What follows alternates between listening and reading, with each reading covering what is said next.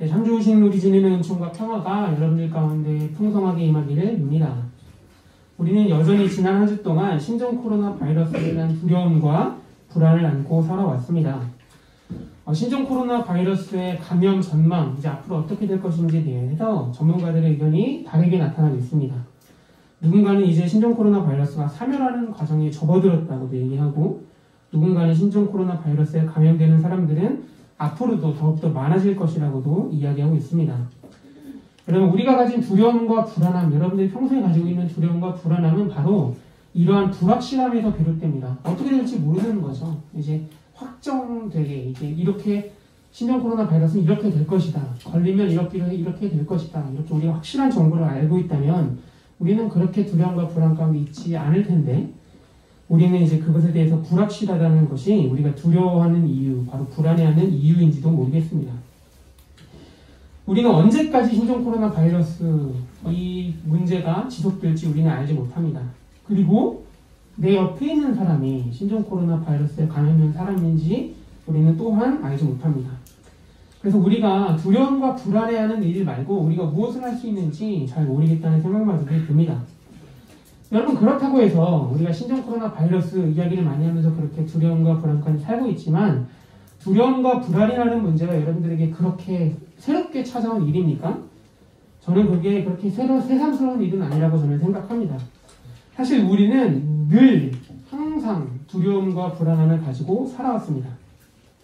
여러분들이 이제 고등학생이 됐으니까 그런 고민들이 시작될 거예요. 내가 원하는 대학교에 진학할 수 있을까?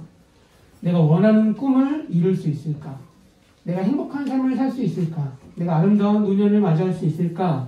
내가 그때까지 편안하게 안정적으로 살 수 있을까? 하는 여러 가지 두려움들이 우리 안에 있고, 우리는 이러한 일상적인 질문 안에서도 참 많이 무너져 왔던 것이 사실입니다.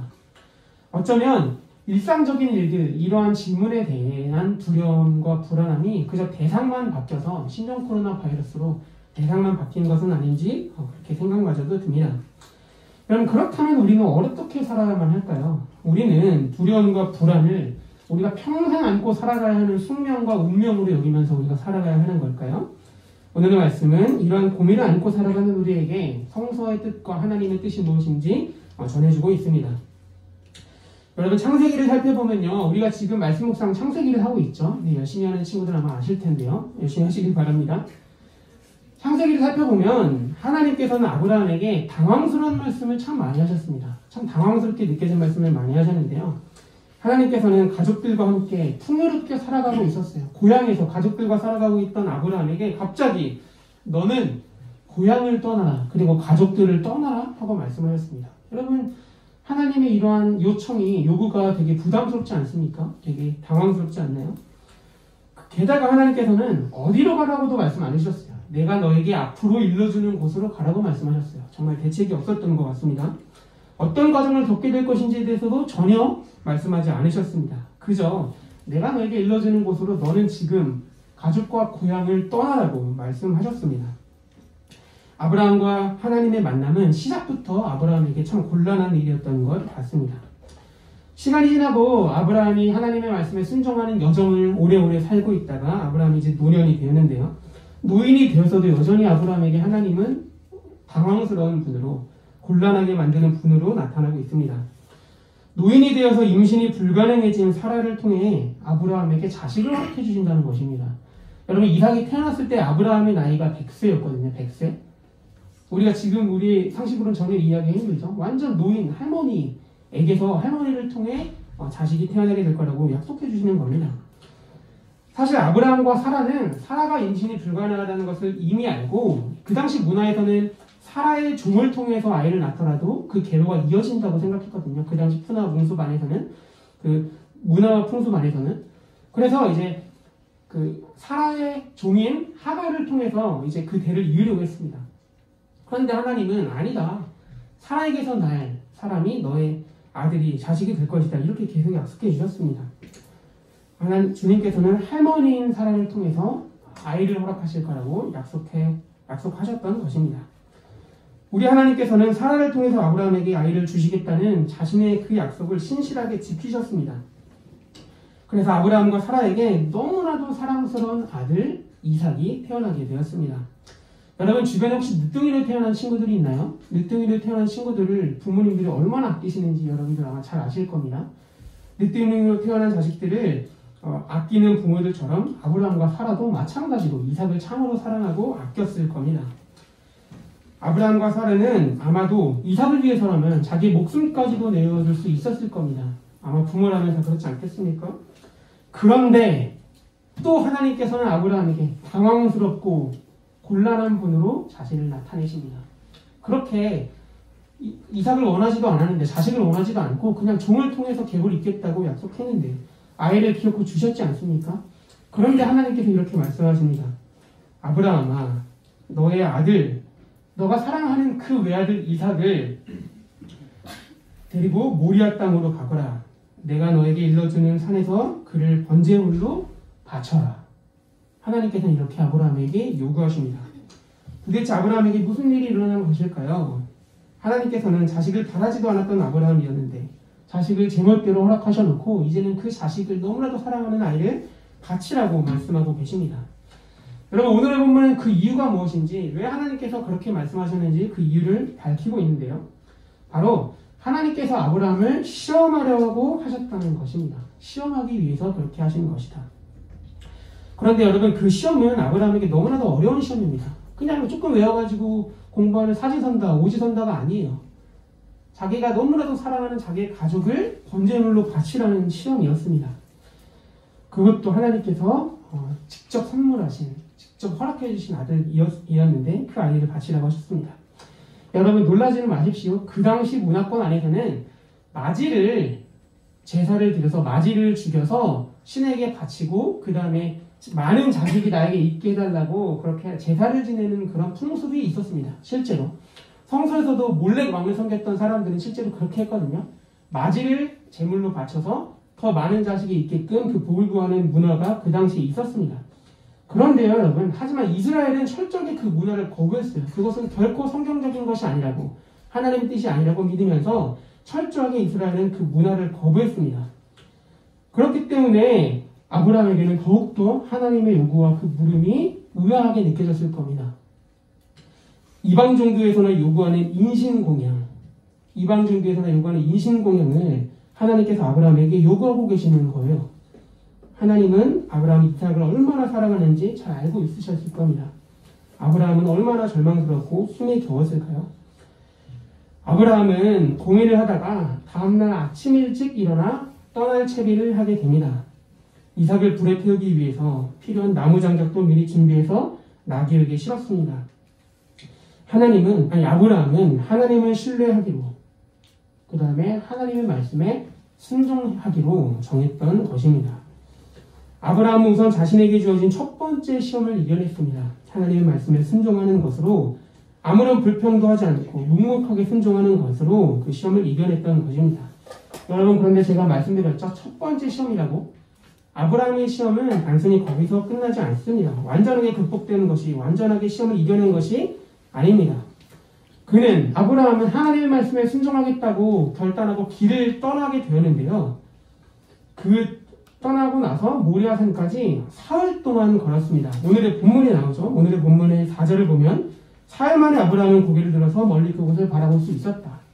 성서는 아브라함이 3일 동안 걸었던 그 길 가운데서 이삭과 아브라함이 어떤 대화를 나눴는지 침묵하고 있습니다.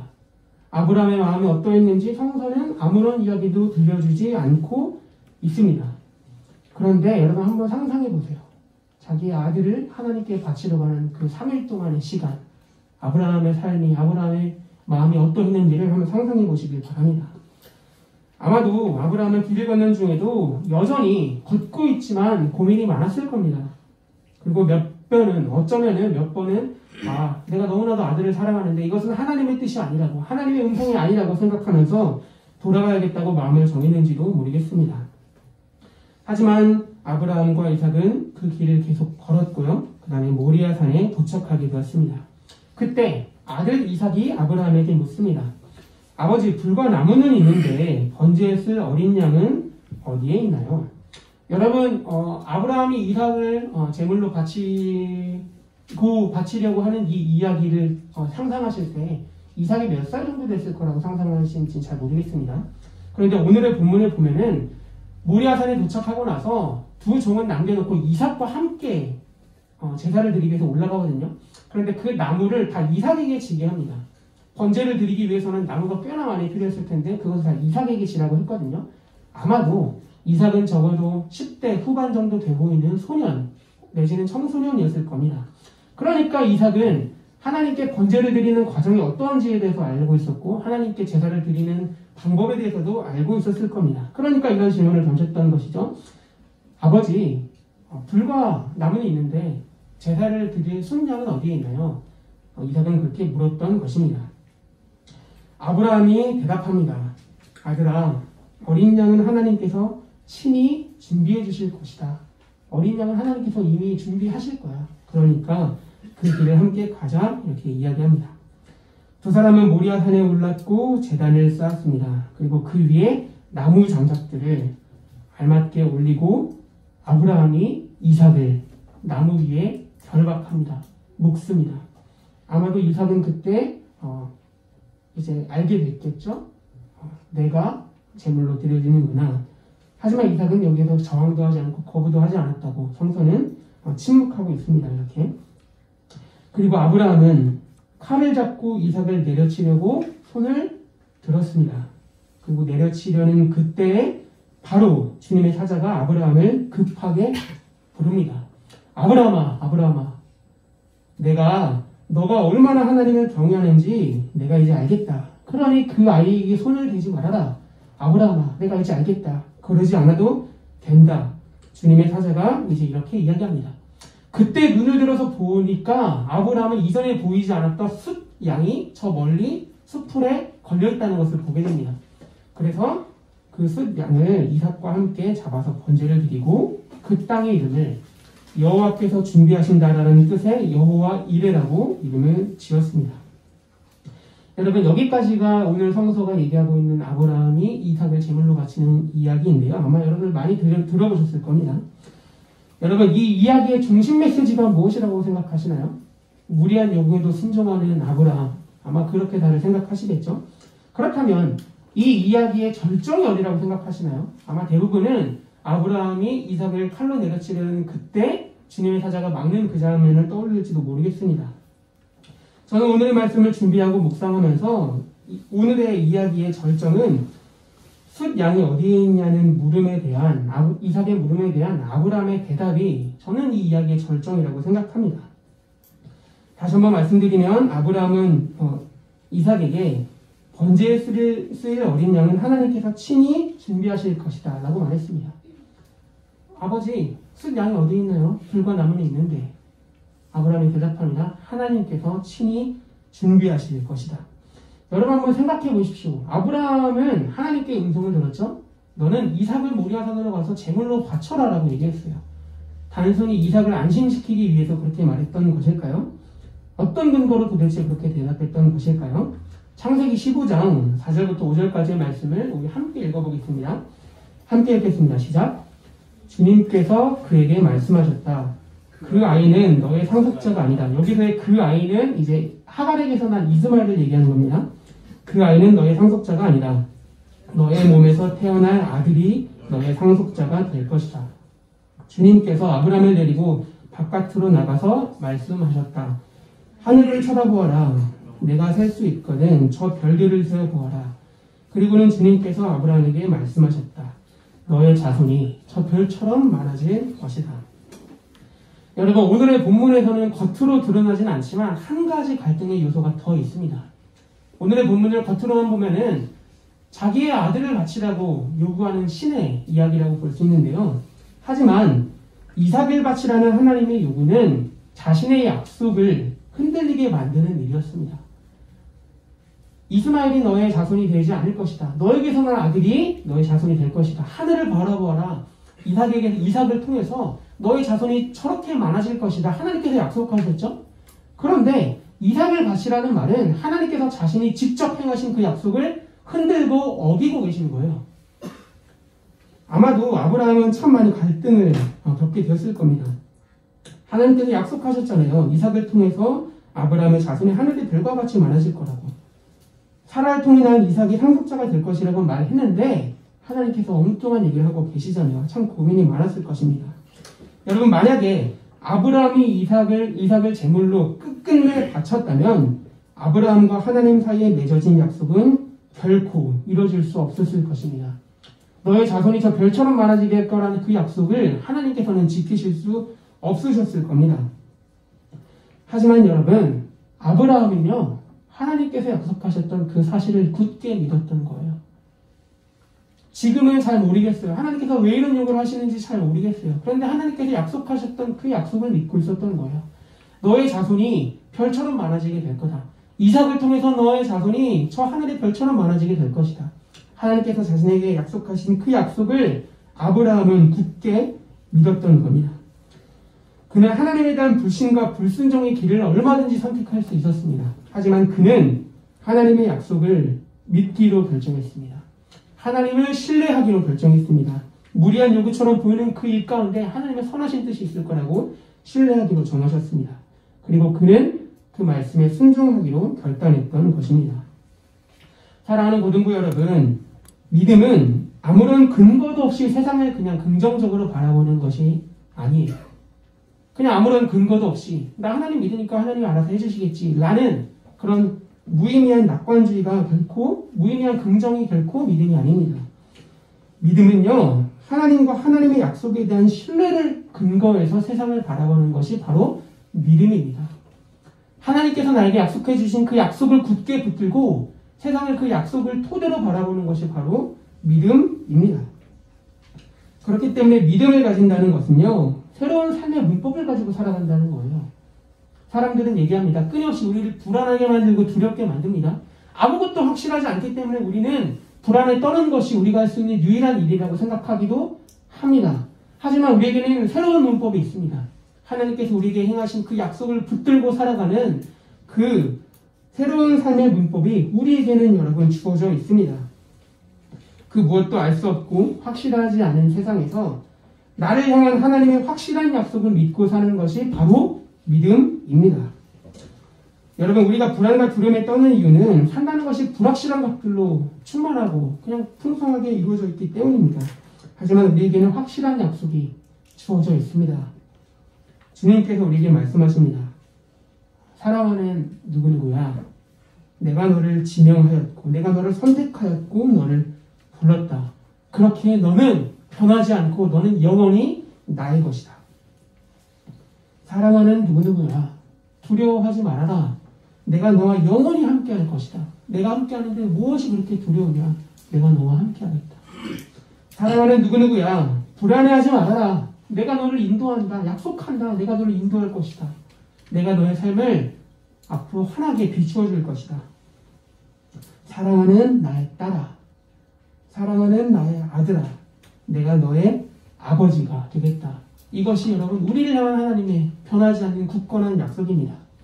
하나님께서 아브라함의 순종을 통해서 그 약속을 신실하게 지키셨던 것처럼 오늘 우리에게 주어진 이 약속들 하나님께서 지키실 겁니다.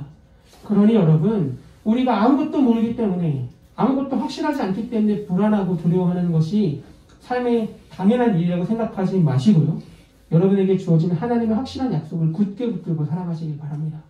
사랑하는 누구누구야, 내가 너의 아버지가 되겠다. 함께 하겠다. 인도하겠다. 그 약속을 굳게 붙들고 신뢰하시길 바랍니다. 여러분, 오늘의 이야기에서 하나님의 마음을 보았던 한 화가가 있습니다. 그 화가는 샤갈이라는 화가인데요.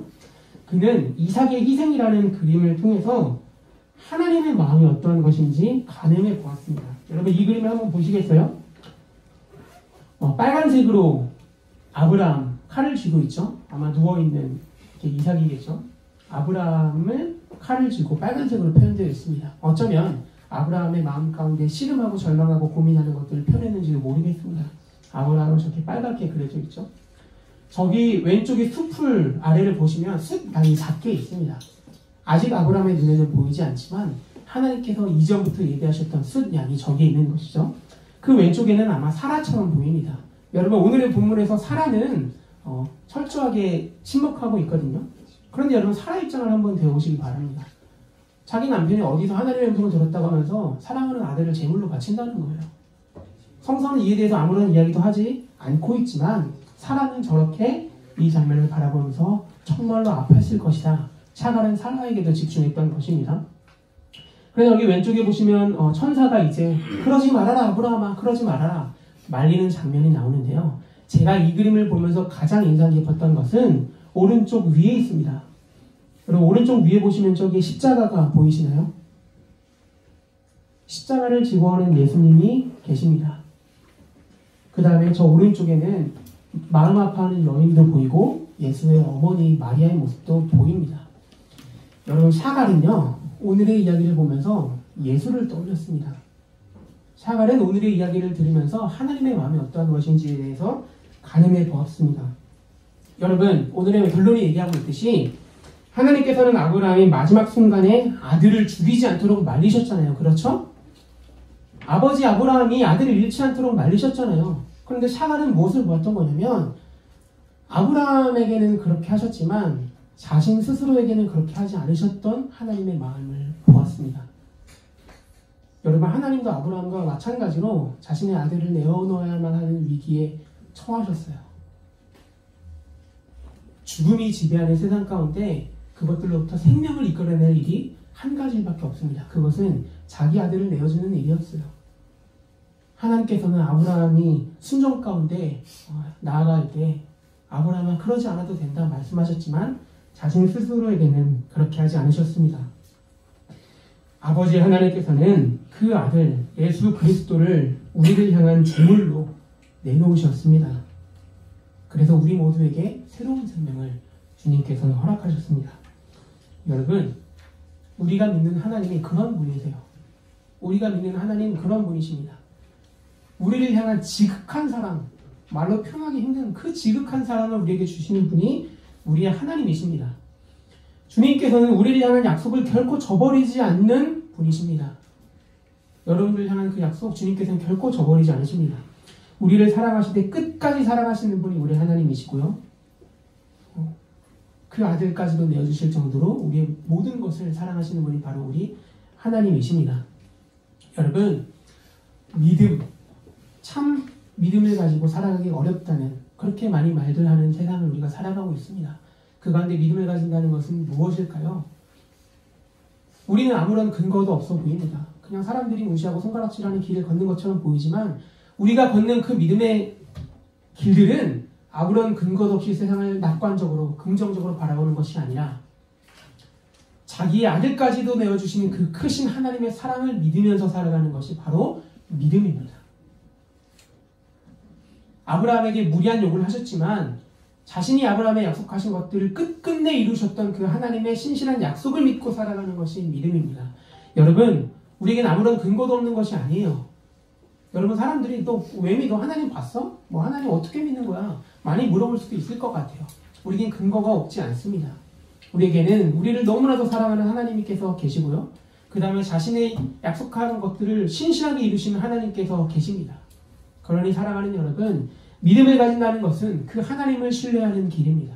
믿음을 가진다는 것은 그 하나님의 약속을 굳게 믿는 길입니다. 우리가 그렇게 살아가기로 결정하고 나아갈 때 우리는 새로운 삶의 문법을 따라서 남들과는 다른 새로운 삶을 살게 될 것입니다.